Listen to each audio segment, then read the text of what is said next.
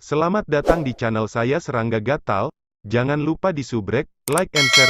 Mimin doakan semoga kita sehat semua. Oke, kita mulai.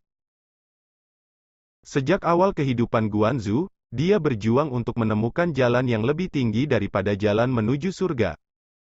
Penonton juga menyentuh ambang jalan yang lebih tinggi ini. Sayangnya, karena kekurangan yang tersisa saat membuktikan Rana Dao Realem, penonton akhirnya gagal melangkah ke ambang ini. Apakah penonton tidak cukup kuat? Tidak. Dalam pandangan Su Yi, situasi ini mungkin mirip dengan alam bintang Xuan Huang saat ini. Untuk beberapa alasan, jalan yang lebih tinggi itu telah lama tidak ada lagi di dunia. Mungkin, jalur yang lebih tinggi ini memiliki banyak batasan yang tidak diketahui. Dengan cara ini, bahkan jika Taoisme Guanzu bertentangan dengan langit, bagaimana mungkin untuk menginjakkan kaki di atasnya? Pintunya dikunci, atau pintunya dicopot, bagaimana saya bisa masuk? Setelah melihat apa yang terjadi pada Hong Tianzun dan melihat kekuatan Qin Chongsu yang melintasi sungai waktu, Su Yi menjadi semakin yakin. Jalan menuju langit memang bukanlah akhir dari perjalanan. Di atas, ada jalan yang lebih tinggi. Di kedalaman langit berbintang, selalu dikabarkan bahwa jalan yang lebih tinggi ini adalah jalan keabadian. Siapapun yang dapat menemukannya akan menjadi peri. Menggelengkan kepalanya, Su Yi membuang pikirannya yang mengganggu dan merasakan tulang tangan dengan akal ilahinya. Tiba-tiba, dia sekali lagi melihat segel terlarang yang misterius berbentuk altar Tao di tulang tangannya. Ini adalah sisa jiwa Qin Chongsu. Tampaknya teman kecil itu telah membuktikan Raja Alam Dao, yang memuaskan. Ketika dia menyadari bahwa perasaan spiritual Su Yi muncul, Qin Chongsu, yang terjebak dalam segel terlarang, tiba-tiba mengangkat kepalanya dan membuat suara mendesah. Apakah kali ini kamu tidak berpura-pura amnesia? Su Yi dengan sinis. Qin Chongsu terdiam beberapa saat, dan kemudian menghela nafas. Apa yang dilihat teman kecil itu hanyalah sisa dari jiwa Qin, dan dia menggunakan beberapa cara kecil yang tidak ada di atas meja, tetapi itu membuat teman kecil itu tertawa. Segera, suaranya menjadi lembut, dan berkata, namun, setelah liku-liku ini, itu memungkinkan Qin untuk melihat seberapa kuat metode teman kecil itu. Mungkin, ini disebut takdir, jika teman kecil jangan keberatan, Qin ingin memiliki hubungan yang baik denganmu. Su Yi berkata, nasib baik. Datang dan dengarkan. Qin Chongsu merenung sejenak, dan berkata, dulu, saya telah belajar bahwa di dunia saat ini, jalan tertinggi hanya ada di alam ketiga, dan teman kecil itu melakukannya. Tidak ingin tahu, alam raja. Di atas tiga alam ajaib macam apa? Omong-omong, dia tersenyum kecil. Selain itu, teman kecil itu pasti sangat bingung, mengapa aku, seorang lelaki tua dari era ilusi, menyeberangi sungai waktu yang panjang dan sampai di sini? Alam bintang Xuan Huang. Hanya untuk mempertahankan perjanjian para dewa? Tidak. Ada rahasia lain dalam hal ini, yang terkait dengan reinkarnasi dan rahasia tabu. Ketika Qin Chongsu mengatakan ini, dia menatap Su Yi. Jika teman kecil itu ingin memiliki hubungan yang baik dengan Qin, aku bisa memberitahumu semua rahasianya. Selain itu, saya juga dapat menginstruksikan Anda untuk berlatih dan mengajari Anda warisan tertinggi yang bukan milik era ini. Di masa depan, saya tidak akan khawatir tidak dapat menginjakkan kaki di tempat yang lebih tinggi. Jalan daripada jalan ke langit. Su Yi mendengarkan dan berkata dengan setengah tersenyum, lalu bagaimana cara membentuk hubungan yang baik ini? Gampang, keluarkan aku dari masalah. Qin Chongsu menunjuk ke segel terlarang misterius yang menjebaknya dan berkata, orang lain mungkin tidak dapat memecahkan segel terlarang ini, tetapi dengan makna mendalam dari reinkarnasi yang dikuasai oleh teman kecil itu sudah cukup untuk mudah patah. Setelah jeda, dia berkata, tentu saja, Qin tidak akan membiarkan teman kecil itu membantumu dengan sia-sia. Sebagai tanda ketulusan, Qin sekarang dapat memberikan harta kepada teman kecil itu. Pintu ini disebut Sutra Mimpi Hati Linglong, dan merekam beberapa metode kultivasi rahasia di atas tiga alam raja kerajaan. Mustahil untuk menyakitimu. Su Yi tertawa dan berkata, kamu tidak bisa mempercayai setiap kata orang tua sepertimu. Qin Chongsu tidak bisa menahan tawa pahit, dan berkata, saya sudah jatuh ke keadaan yang menyedihkan, dan semua upaya yang saya lakukan di depan saya hanya untuk bertahan hidup, bagaimana bisakah aku masih memikirkannya saat ini? Suyi tersenyum dan berkata, jika kamu bersedia menjalin hubungan yang baik, aku punya saran. Bicara dan dengarkan. Qin Chongsu telah disegarkan. Suyi berkata dengan lembut, dewamu masih hidup, dan apa yang terperangkap saat ini hanyalah sisa-sisa jiwa, mengapa kamu tidak menyerah pada perjuangan dan biarkan aku mencari jiwamu? Qin Chongsu tercengang, wajahnya menegang. Lihat Suyi melanjutkan, dengan cara ini, saya dapat memahami semua yang Anda ketahui, dan saya tidak khawatir Anda berbohong, mengapa tidak melakukannya? Wajah Qin Chongsu tiba-tiba muram, dan dia berkata dengan sungguh-sungguh, teman kecil, Qin Mou Cheng ingin memiliki hubungan yang baik denganmu, tetapi kamu ingin mencari jiwaku, apakah itu terlalu berlebihan? Suyi tertawa dan berkata, berlebihan itu benar, apakah kamu benar-benar berpikir aku di sini untuk menegosiasikan persyaratan denganmu? Bersikaplah egois. Qin Chongsu jelas sangat marah. Hancurkan, kalau tidak, aku tidak akan bisa berbuat apa-apa. Ya, coba. Suyi berkata, kekuatan jiwa berputar dengan keras, dipadatkan menjadi tubuh Dharma kehendak, dan muncul di ruang di dalam tulang tangan. Dia melangkah maju dan tiba di segel terlarang yang misterius seperti altar. Bagimu, segel terlarang ini seperti belenggu, tapi di mataku, itu tidak berguna. Dia melangkah ke dalamnya. Qin Chongsu tampak tidak percaya saat melihat ini. Tapi segera, dia tidak bisa menahan tawa, saya telah berpikir keras sebelumnya, bagaimana memikat anak Anda, saya tidak pernah berpikir, Anda benar-benar mengirim saya ke pintu dengan bodoh. Itu benar, kamu bahkan tidak tahu di alam apa kultivasi kursi ini. Secara alami tidak mungkin untuk mengetahui, kekuatan jiwa dari alam kehidupan yang sama, di depan kursi ini, telah tidak ada hubungannya dengan semut di belas kasihan perbedaan. Dia sangat gembira. Suara itu masih bergema, dan sosok itu bergegas menuju Suyi. Boom! Jiwa sisa Qin Chongsu tiba-tiba menjadi menakutkan dan tak terbatas, menyebarkan cahaya dao yang megah dan misterius, seperti lautan yang mengamuk, menyelimuti kehendak Suyi dan tubuh Dharma. Boom! Namun, saat berikutnya, jiwa sisa Qin Chongsu melesat keluar, berteriak kesakitan. Sisanya bergetar hebat. Dalam jiwamu, kamu benar-benar menekan senjata ajaib tertinggi? Qin Chongsu mendesis, penuh keheranan. Dia ingin melahap tubuh Dharma Suyi sebelumnya, tetapi siapa yang mengira bahwa saat dia menyentuh lawan, dia terkena kekuatan pedang tertinggi. Jika dia tidak menghindar tepat waktu, dia akan hampir mati. Suyi tersenyum dan berkata, menurutmu siapa semut itu? Dia berjalan menuju Qin Chongsu. Ekspresi Qin Chong berubah, dan dia dengan cepat berkata, teman kecil, itu adalah kesalahpahaman sebelumnya. Pop! Suyi menamparnya, menyebabkan jiwa sisa Qin Chongsu terbang keluar, menghantam keras kekuatan segel terlarang yang misterius. Segel terlarang yang misterius bersinar seperti cambuk menari, dan jiwa Qin Chong hampir hancur. Wajahnya terdistorsi, mendesis dan menjerit, dan dia sangat malu. Bagaimana dengan dari era ilusion? Bagaimana kalau dulu cukup kuat untuk membenci kerajaan Realm King? Itu hanya sisa dari jiwa, dan itu hanya berpose di depanku, itu benar-benar berantakan. Suyi menggelengkan kepalanya sedikit. Jiwa sisa Qin Chongsu merosot ke tanah dan berkata dengan tegas, kursi ini berjanji, bahkan jika Anda membunuh sisa jiwa saya tidak akan memberitahu Anda apapun, hanya jiwa yang tersisa. Tidak peduli? Pop! Suara itu masih bergema, Qin Chongsu ditampar lagi. Kamu! Qin Chongsu hampir gila. Dalam identitasnya, pada masanya, dia dipuja oleh ratusan juta makhluk, dan dipuja sebagai guru oleh banyak biksu. Tapi sekarang, mereka ditampar lagi dan lagi. Dia sudah lama tidak mengalami rasa malu seperti itu. Jika kamu tidak peduli, mengapa kamu begitu marah? Suyi tertawa, dia datang ke Qin Chongsu dan menatapnya, hidup dan matimu tidak penting, mendapatkan sesuatu dari jiwamu yang tersisa. Sangat penting bagiku. Berbicara, dia mengangkat tangannya dan menekan sisa jiwa Qin Chong. Pergi mencari jiwa. Tiba-tiba terdengar suara dingin. Minta juga sesama Taois untuk menyelamatkan nyawanya. Bahkan penampilannya hanya ilusi, tidak nyata. Namun saat dia muncul, dia tetap memberikan dampak visual yang memukau.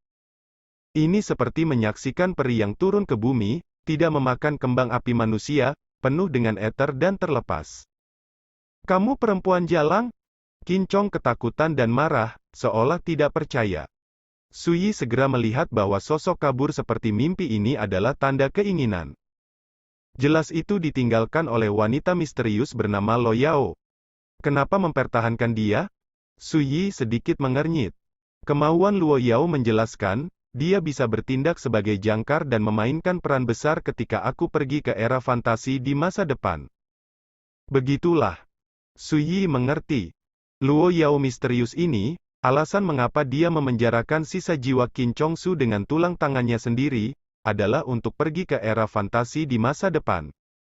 Luo Yao berkata, jika seorang rekan Tao mencari jiwanya, itu akan memberinya kesempatan untuk mencari kematian, dan keuntungannya akan lebih besar daripada kerugiannya.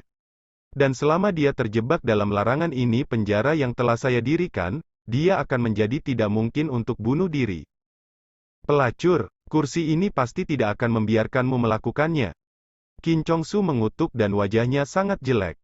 Lo Yao mengabaikannya, dia memandang Suyi dengan suara lembut, dalam 3 tahun, dewa saya pasti akan kembali, kemudian, jika sesama Taois ingin tahu sesuatu, saya akan jujur dengan Anda. Memberi tahu. Suyi berkata, mengapa kita tidak bisa mengobrol sekarang? Luo Yao menunjuk dirinya sendiri, dan berkata tanpa daya, kemauan ini saya tinggalkan dengan tergesa-gesa. Sebenarnya, itu hanya dapat dianggap sebagai sinar jejak spiritual, yang akan segera menghilang. Suyi ingat bahwa Hong Tianzun pernah berkata bahwa dalam bencana asli, Lo Yao mengalahkan Qin Chongsu, tetapi dia juga terluka, dan dia dicurigai dibunuh oleh semacam kekuatan terlarang yang aneh sedang menatap itu, dan saya harus melarikan diri secepat mungkin. Rekan Taois, tolong jaga tulang tangan saya. Ketika saya kembali di masa depan, saya pasti akan memberi sesama Taois hadiah yang tidak terduga. Suara itu masih bergema, Luo Yao tersenyum sedikit, dan sosoknya tiba-tiba menghilang menjadi cahaya dan hujan. Suyi tertegun sejenak, dan mau tidak mau difitnah. Apakah wanita suka begitu menggugah selera? Sambil menggelengkan kepalanya, Suyi tidak berpikir lagi. Dia tidak peduli dengan apa yang disebut pembayaran kembali Luo Yao. Belum lagi, pihak lain hanya bisa kembali dalam waktu 3 tahun. Hal kecil, ayo, bunuh kursi ini. Qin Chongsu berteriak keras, menatap Suyi dengan jijik, penuh provokasi. Suyi tersenyum, melangkah maju, membungkuk dan melihat ke bawah ke pihak lain, dengan ringan menepuk pipi pihak lain dengan telapak tangannya, dan berkata, aku hanya ingin kamu memohon kematian, tapi menggertakmu, sisa jiwa. Tapi itu sangat membosankan. Kemudian, dia berdiri tegak, berbalik dan berjalan keluar dari segel terlarang yang misterius ini. Anda tidak ingin tahu rahasia itu? Qin Chongsu mendesis. Suyi mengabaikannya dan menutup telinga. Di belakangnya, teriakan Qin Chongsu yang hampir gila datang, kursi ini memberitahu Anda bahwa tidak ada yang diizinkan untuk bereinkarnasi di era ini. Tunggu, kamu akan terjebak di tempat malapetaka dan akan dianggap sebagai musuh publik oleh para dewa dan iblis. Suara itu masih bergema, dan sosok Suyi telah lama menghilang. Menyingkirkan kotak perunggu berisi tulang tangan Luo Yao, Suyi menghela nafas lega. Tidak peduli berapa banyak rahasia yang telah dikuasai Qin Chongsu. Selama jiwanya yang tersisa tidak mati, cepat atau lambat, dia dapat digunakan sebagai koordinat untuk pergi ke era fantasi, yang bukan milik era ini. Belum lagi, ketika Luo Yao yang misterius kembali, dia secara alami dapat menjawab beberapa pertanyaan untuk dirinya sendiri. Segera, Luyan dan Kong Sen datang untuk membahas hal-hal penting dengan Suyi. Luyan memberitahu Suyi bahwa aturan yang dibuat oleh Hong Tianzun telah dilanggar oleh Suyi, dan era baru akan datang. Sebelum aturan baru ditetapkan, sikap Suyi sangat penting. Kong Sen juga setuju dengan poin ini, dan terus terang mengatakan bahwa setelah berdiskusi dengan Luyan, dia ingin menghormati Suyi. Ini benar-benar tidak terduga, Suyi berkata, mengapa? Perhatikan bahwa Luyan dan Kong Sen keduanya adalah raja dari kerajaan Dongyu. Sejak awal Taiko, dia adalah puncak dari Hong Tianzun. Bahkan jika Anda menghargai diri sendiri, Anda tidak perlu menyerahkan diri dan menghargai diri sendiri. Segera, Luyan memberikan jawabannya. Ada 3 alasan. Kedua, Sui pernah menembak dan membunuh tombak perang yang disebut kesengsaraan Tuhan, menghancurkan tatanan masa lalu dan mengantarkan era baru. Tidak terlihat, Luyan dan yang lainnya juga dibebaskan. Ketiga, Sui pernah menguasai dunia liar selama 108.000 tahun, paling mengetahui dunia luar, dan diakui sebagai satu-satunya penguasa di dunia. Di masa depan, aturan Zhou Tian dari dunia bintang Xuan Huang akan pulih, dan pola dunia ditakdirkan untuk menyebabkan perubahan drastis yang tidak terduga. Jika Sui bertanggung jawab, itu akan mengejutkan 10 penjuru, dan tidak akan menyebabkan terlalu banyak kekacauan dan kekacauan di dunia. Yang paling penting adalah karma masa depan rekan Taois pasti akan melampaui saya, dan bahkan melampaui Hong Tianzun dalam periode yang paling kuat. Sentuhan rasa hormat muncul di alis Luyan, dan berkata, dalam hal ini, saya telah berdiskusi dengan burung merak tua, dan sangat cocok bagi sesama Taois untuk menjadi penguasa abadi ini. Daerah terlarang meteorit. Kong Sen juga mengangguk dengan sungguh-sungguh, dan berkata, saya harap rekan-rekan Taois tidak mau menolak. Orang tua dan Luyan berjanji bahwa mereka akan melakukan yang terbaik untuk membantu sesama Taois. Sui berkata tanpa daya, tapi aku akan segera meninggalkan Great Wilderness. Dia tidak tertarik menjadi master. Luyan tertawa dan berkata, akan memakan waktu lama untuk menghidupkan kembali aturan Zhou Tian dari alam bintang Xuan Huang, setidaknya 100 tahun untuk memulihkan vitalitas.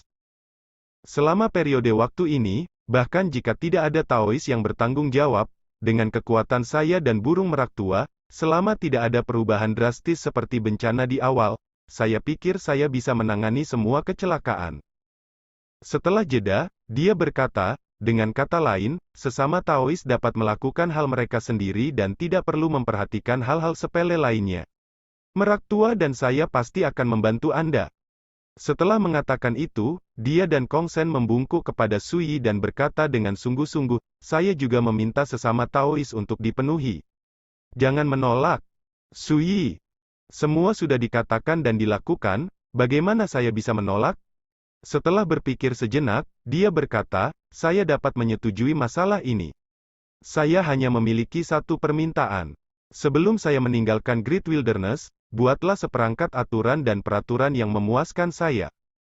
Luyan dan Kong Sen saling memandang, dan keduanya setuju dengan kagum. Selanjutnya, Sui dan keduanya membicarakan beberapa hal kecil lagi. Untuk jangka waktu di masa depan, dia akan mengatur beberapa teman lama untuk datang ke area terlarang Xianyun. Jika memungkinkan, saya harap Luyan dan Kong Sen akan merawat mereka dalam lingkup aturan. Keduanya setuju. Pada hari yang sama, Su Yi, Kaisar Iblis Tianyao, dan Meng Changyun berangkat meninggalkan area terlarang Immortal Valen.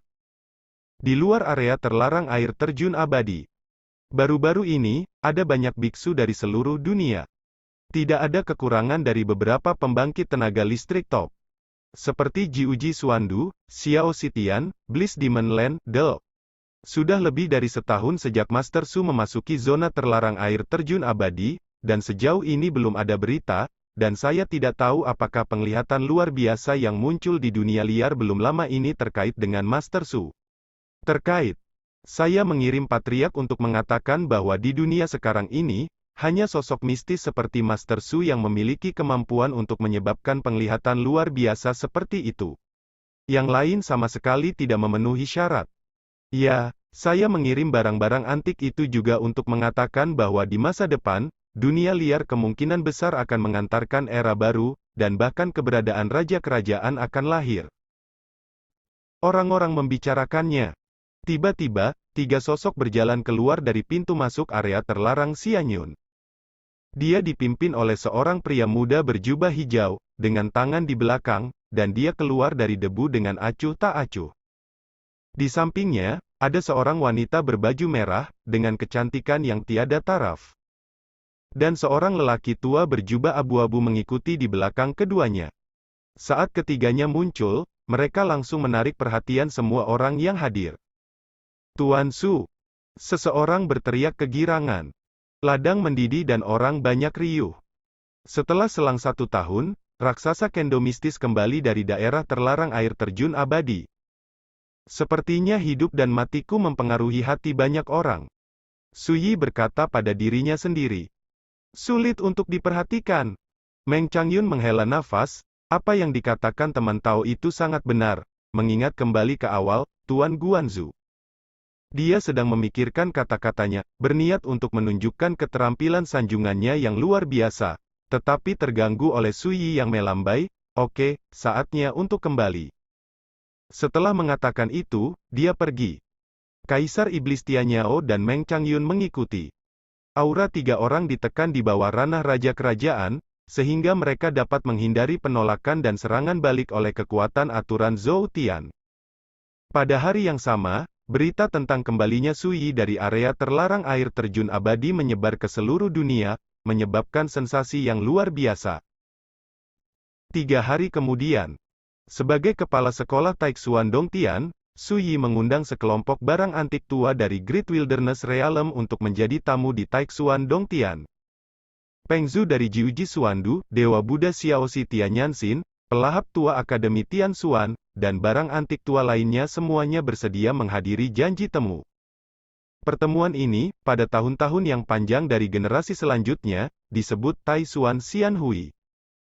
Setelah pertemuan ini, barang antik tua yang telah terperangkap di alam ekstrim Kaisar selama beberapa tahun yang tidak diketahui semuanya telah menuju ke area terbatas meteor abadi. Pada saat yang sama, sebuah berita menyebar ke seluruh dunia. Aturan Zhou Tian dari ranah bintang Xuan Huang sedang dipulihkan, dan di tahun-tahun mendatang, seluruh ranah kultivasi akan mengantarkan era baru. Jalan menuju langit pasti akan muncul kembali di dunia. Satu batu membangkitkan ribuan gelombang, dan seluruh alam bintang Xuan Huang benar-benar mendidih. Terutama kekuatan-kekuatan top di dunia bahkan lebih jelas bahwa munculnya era baru pasti akan berarti perubahan pola dunia, cukup untuk mempengaruhi generasi mendatang. Dengan kekuatan sendiri, balikkan tren dunia, dengan ilmu pedang, hancurkan tatanan lama, dan buka tirai era baru. Apa perbedaan karakter ini dengan mitos? Saya tidak tahu berapa banyak orang tua yang merasa emosional dan emosional. Lama sekali, jalan yang panjang, Su Xuanjun tidak lahir di langit, dan keabadian seperti malam. Mungkin, kita masih belum bisa melihat seberapa besar era baru Toren ini akan dimulai di tahun-tahun mendatang, tetapi dapat disimpulkan bahwa para biksu dari generasi selanjutnya pasti akan mengingat pencapaian abadi dari Tuan Su hari ini. Dunia ini benar-benar sensasional, dan ada diskusi di mana-mana. Bahkan pasukan dan biksu yang pernah membenci Su Yi harus mengakui satu hal. Melihat masa lalu dan masa kini, melihat ke seluruh dunia, dia Su Xuanjun. Memang pembudidaya pedang pertama sejak zaman kuno, tak tertandingi di dunia. Dunia bawah. Di kota kematian, di depan pintu masuk reruntuhan besar yang diselimuti kabut hitam. Siapa kamu? Beraninya kamu melanggar tempat ini? Seekor gagak dengan sayap hitam legam muncul dari udara tipis, dengan mata merah menatap tamu tak diundang. Ini adalah pria tua yang anggun dengan jubah, memegang gulungan yang menguning. Pria tua berjubah itu melirik 9 nether crow dan mengangkat jari ke bibirnya. Set, jangan bicara, itu tidak ada hubungannya denganmu. 9 burung gagak nether tinggal sebentar. Seketika, ia ketakutan menemukan bahwa kekuatannya sendiri di penjara, apalagi berjuang, bahkan tidak ada satu suara pun yang bisa dibuat. Siapa pria ini? Bagaimana dia bisa begitu menakutkan? 9 gagak nether ketakutan. Pria tua berjubah itu melihat ke kedalaman reruntuhan besar yang diselimuti kabut dan berkata, Ajiu, mengapa kamu tidak keluar dan melihatku? Kecelakaan. Kabut bergolak, dan sosok anggun muncul dari udara tipis. Dia mengenakan jubah gelap dan murni, rambut biru panjangnya digulung sesuka hati, dan kulitnya sebening salju, cerah dan mempesona. Tapi matanya acuh tak acuh dan dingin, seperti seorang master. Pada zaman kuno, Pluto telah menghalangi ratusan juta makhluk hidup di dunia bawah.